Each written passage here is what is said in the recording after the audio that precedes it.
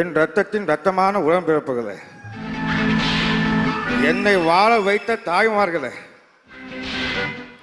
இந்த நிகழ்ச்சிக்கு வருகை தந்திருக்கும் என் அன்பு சொந்தங்களே, என்ன தம்பி ஆனந்தராஜ், எப்படி இருக்கீங்க? நல்லா இருக்கானே.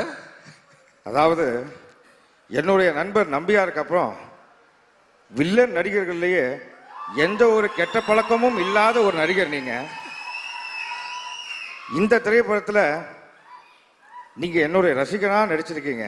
ரஜினி சார் என்ன பார்க்கும்போது கேட்டாரு, இன்னும் அப்படியே இருக்கீங்களே ஆனந்தராஜன், இன்னும் போக வேண்டிய தூரம் நிறைய இருக்கு சார், அதனால அப்படியே இருக்க சார் சொல்லிட்டு இருந்தேன். அடங்கோப்பான் தாமரை பாணியில தலைமுழுக